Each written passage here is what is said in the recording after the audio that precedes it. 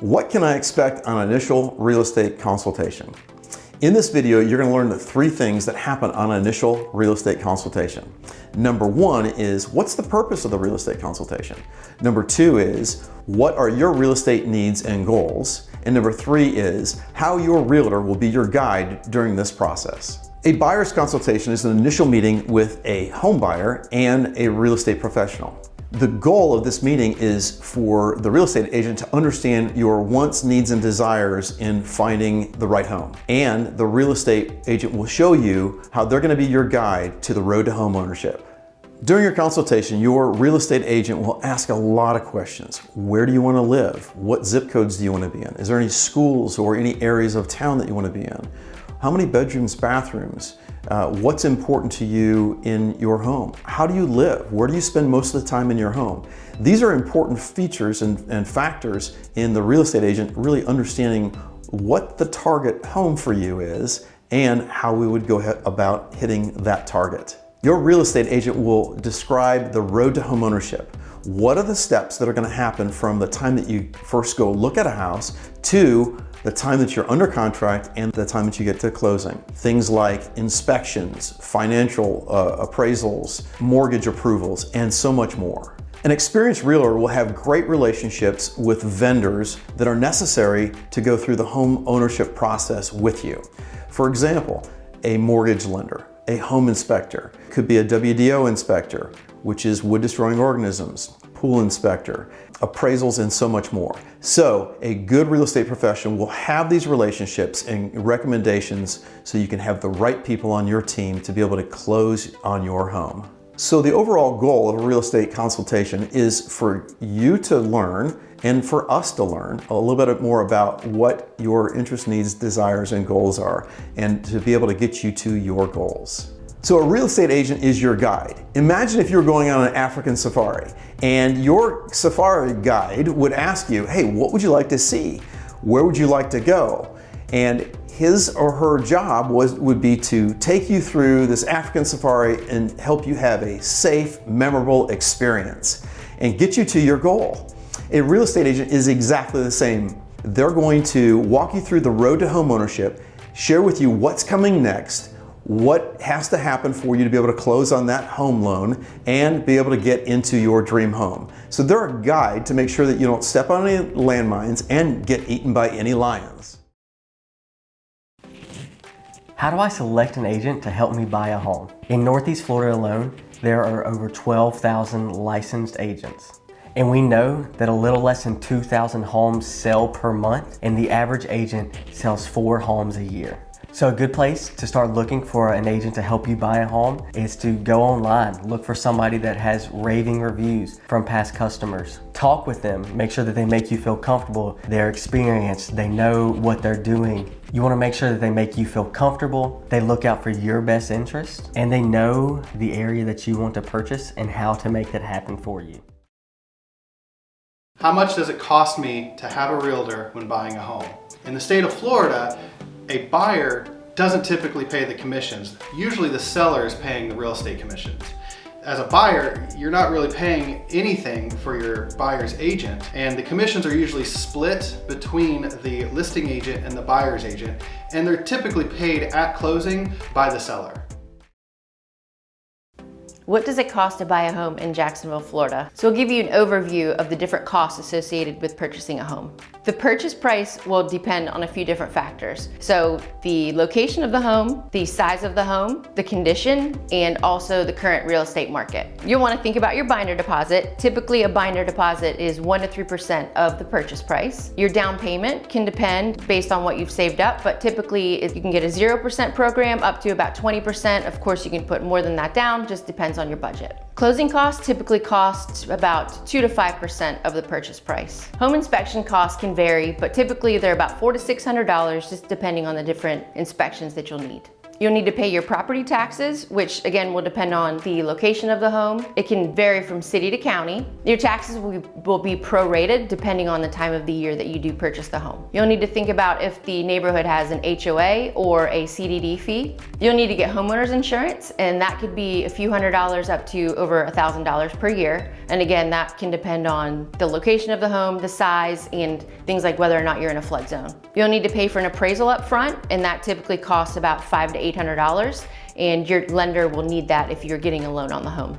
You'll also need to think about maintenance and repairs for the home. It depends on if we have a storm, lawn maintenance. There are different things that as a homeowner you'll need to think about throughout the year, and they can change from year to year. These are just estimated examples of what you can expect. So when we get together, we can sit down and do an actual cost evaluation for your specific situation. So you're probably asking, how do I get pre-approved for a home loan? In this video, you're going to learn the steps of getting pre-approved by a mortgage company or a bank and what they're going to expect from you. A good realtor will be able to introduce you to a trusted mortgage partner that will have great service and great mortgage rates. Number one is proof of income, like pay stubs, W-2s, as well as your tax returns. Number two would be proof of employment, your job history, and they're going to check with your current employer to make sure that you still work there, even the day before closing. Number three would be a credit report. They're going to pull your credit report to make sure that you fall within the guidelines so that you can get the best rate for your credit score. The proof of assets, like bank statements, how much money you're going to put down. If it's 5%, 10%, or 20% down, where is that money coming from? And you just need to provide a bank statement. And then identification. The lenders want to know you are who you say you are, of course, like a government issued ID or a passport. So to recap, the lender will ask you certain questions, and for certain documents, they'll check your credit score to determine how much you're approved for. It's really not a difficult process because you probably have just recently done your taxes and you've got all these things available. Best of luck and happy shopping for a loan. There are numerous ways to find homes that are for sale and could potentially be the best one for you. A lot of the times we see that people start their searches online. They go on sites like Zillow or Realtor or Trulia.com, and they start the process of looking at homes on those sites. Another good way to find homes is to find ones that are off market. So that means you find those homes before they even hit those sites. Ultimately, you want to have an experienced agent on your side fighting for you. One who is proactive in searching and going after and finding homes that could be the best ones for you, whether they are on the market or off the market currently. A great agent will help refine your search, narrow it down, and be super focused on finding the best home for you and what you're looking for. How do I see homes that I like? First, you want to contact the agent that you have a signed buyer's agreement with. Let them know what your availability is. That agent will work on scheduling private tours of the homes that match your criteria. Once you arrive at the home, take a look around, be objective, look at everything about the house. It's very important to see the home in person and not just online. Once you're finished with all of your homes that you're going to see, it's time to make a decision. Are you going to make an offer on one of these homes, or were they just not the right fit? It's important to let your agent know feedback so they can communicate that with the other agent on the listing side. So you found a home that you like. How do you make an offer? First, you're going to want to research to make sure that it's a reasonable price based on the different comparable sales in the neighborhood or area. You need to think about when you want your closing date to be. So typically it's about 30 days, but it can be sooner or even later if that helps your situation. You need to think about certain conditions as far as, are you willing to purchase the home as is? Do you need closing assistance from the seller? And how much do you think that you want to put down for your binder deposit? You may want to consider working with a real estate agent to help you. They can help you prepare a competitive offer on a Florida state contract. They can negotiate with the seller on your behalf. Make sure that you understand any counteroffers that come back from the seller. They can help you consider any conditions, such as, are you willing to purchase the home as is, or do you want to negotiate repairs with the seller? Consider if you are comfortable negotiating with the seller directly, or if it would be helpful to have a real estate agent do that for you. So what does it mean to go under contract? So in this video, you're going to learn exactly what it means to go under contract and the timelines that are associated with that. In a residential real estate contract, a buyer and seller have signed an agreement where they're legally obligated to one another. This process of being under contract may last 30 to 45 days depending on the contract, the loan type, and a few other things. The terms of the contract would include price, terms, timelines, deadlines, and much more. During the under contract period, the buyer is doing their initial 10-day due diligence period, like securing financing, getting inspections, getting pool inspection, home inspections, and many other things. The seller may be doing home repairs and getting anything fixed that's per the contract. It's important to understand that a contract can still fall through. If a buyer is unable to secure financing, if the house doesn't appraise, or if there's conditions of the sale that are not met, both parties can cancel the contract. However, once all contingencies are made, then we're going to closing. 3 days before closing, the lender will do a final check on the buyer's background to make sure they're still employed. And then the buyers will do a final walkthrough the day before closing or the day of closing. And then you'll sit down at the title company to sign all the paperwork to make that home your own. How much is the earnest money or binding deposit when it comes to buying a home? Your earnest money or binding deposit when it comes to buying a home normally ranges between 1 to 3% of the entire purchase price. So for a $350,000 home, that would range from $3,500 to $10,500. Sometimes having a higher amount as the binding deposit shows the seller that, hey, they are super serious about the home, and it can make your offer stand out over somebody that offered a lower amount. The binding deposit at the end of the process goes towards your closing costs or to your down payment. What does a home inspection cover? A home inspection is a really good way to peel back the layers of the house that you're interested in purchasing. A home inspector is a licensed professional that's trained on what to look for. Some of the main things they're going to look into and research are your roof, electrical systems, including your HVAC, plumbing systems, including the water heater, foundation, along with any appliances or anything else that might stay with the house. The home inspector is going to go through with a detailed, trained eye, looking at all kinds of things, and then provide you with a very detailed report at the end so that you can make a decision on purchasing this house or moving on to another one. There are many types of inspections other than the general home inspection: pool inspection, septic tank inspection, wood destroying organisms inspection. The list goes on, and you're free to have any of these inspections done while under the inspection period portion of your contract. Once you receive the detailed home inspection report, contact your realtor, who will then go through the report with you page by page and help you determine if there's anything you should worry about, or even ask the home seller to repair or replace before purchasing the home.